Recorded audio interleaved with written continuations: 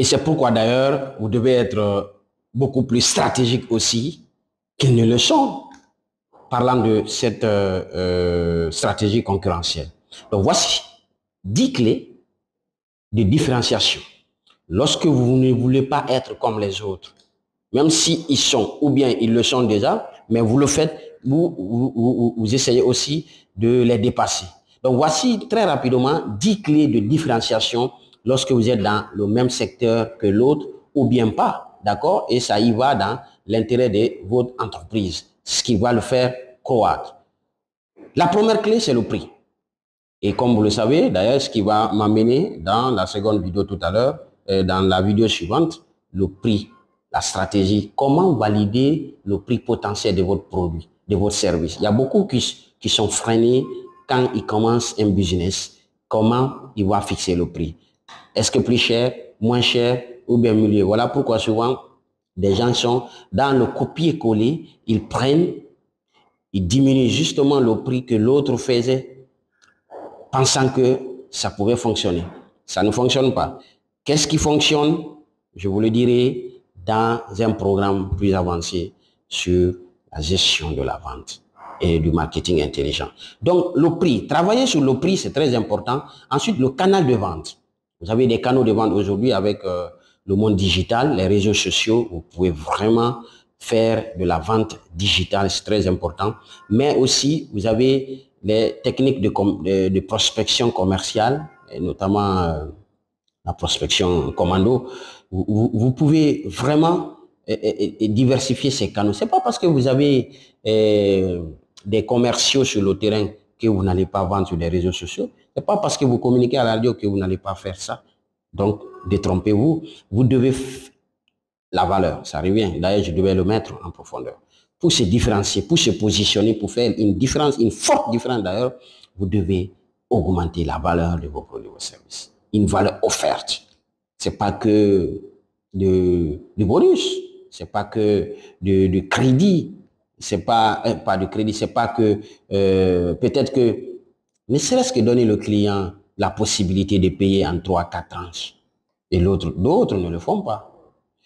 Ne serait-ce que d'améliorer le conditionnement de votre savon, de vos chaussures, ou peut-être la livraison gratuite, je ne sais pas, offrez la valeur immense à votre client. Et aussi travailler sur votre cible.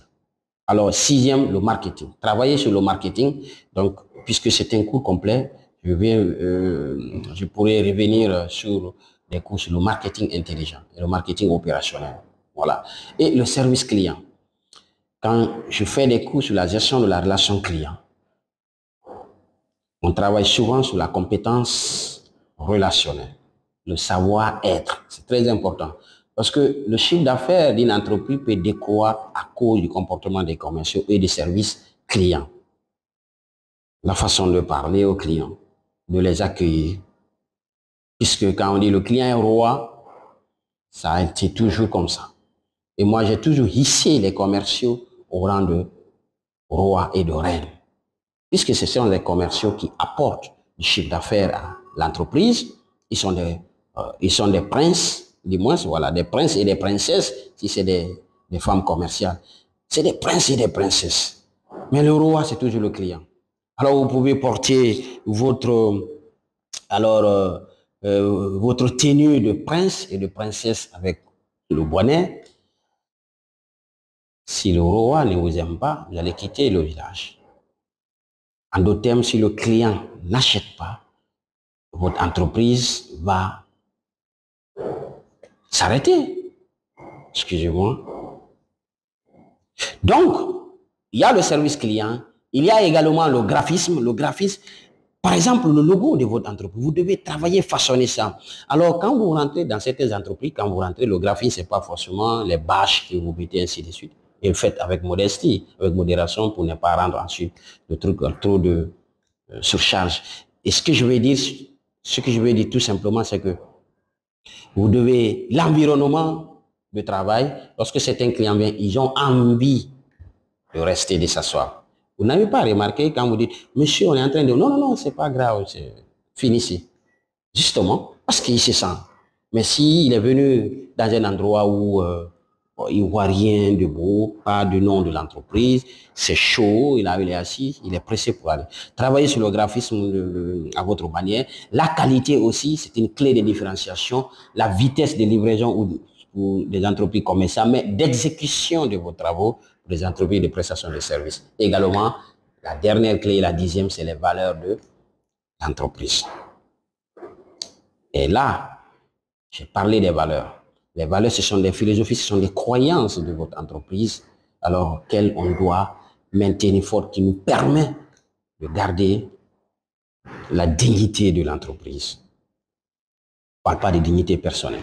Donc ça, ce sont les 10 clés de différenciation si je parlais de la stratégie toujours. Donc, je vais vous parler maintenant de la stratégie axée sur le prix.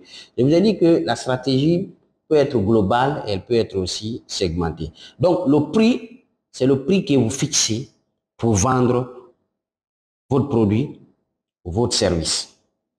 N'est-ce pas?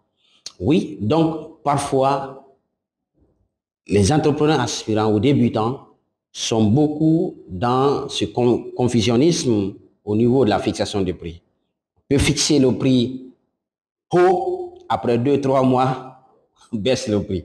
Il peut commencer avec un prix bas, à un moment donné, il augmente.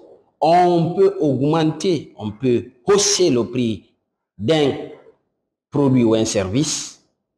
Ce n'est pas interdit, d'ailleurs vous êtes dans le droit de le faire. Vous avez le droit de le faire, mais il y a une condition derrière. Dans un cours très avancé sur cette plateforme, si vous pouvez le chercher maintenant là, le cours de vente, parlerons en profondeur sur ça. L'augmentation de prix, ça a des conditions. C'est le produit qui va faire que vous allez augmenter l'eau. Mais comment faire? D'accord. Donc, faites très attention. Quelle stratégie pour que vous validez votre prix potentiel, pour dire que voilà, mon prix c'est comme ça. D'accord? Alors, vous devez définir combien les gens sont prêts à payer votre produit ou votre service. D'abord, vous devez savoir le prix qui est pratiqué par vos concurrents. Vous devez tenir compte du coût de production. Voilà. On ne fixe pas un prix comme ça. On doit d'abord faire une collecte d'informations. On doit checker le marché. On doit voir ce que les autres fixent par rapport à la même chose que je fais.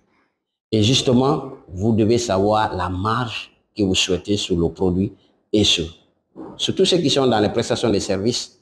Ah, je vous assure, je suis dans ça. Hein.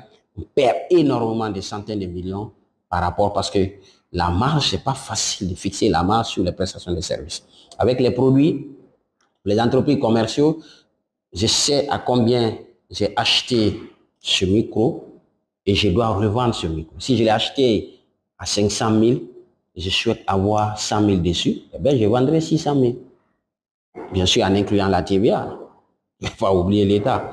Donc, ça, c'est facile parfois, en tenant compte justement d'autres frais que je vais vous parler, les frais de transport, là, ou bien si vous avez fabriqué vous-même.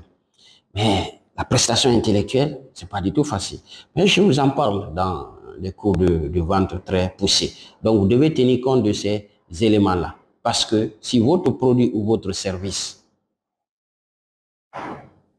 même si vous aimez vos produits, vous adorez vos produits, vous devez positionner ce produit ou votre service face à vos concurrents, vis-à-vis de vos concurrents et de vos clients. Et pour cela, vous devez chercher à avoir justement ce positionnement avec les 3 choix. D'accord?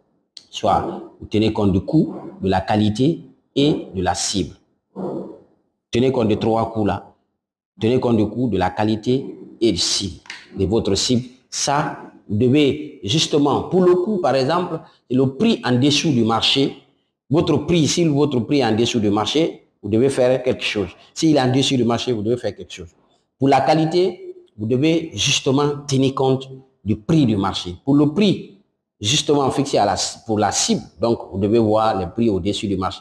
Mais tout ça, ce sont des théories qu'on peut justement manipuler très bien pour aller dans le concret. Mais allons dans le cas où votre prix est trop élevé par rapport à la concurrence. Parce que généralement, c'est le cas là souvent qui arrive lorsque vous avez le prix. Mais vous avez deux options.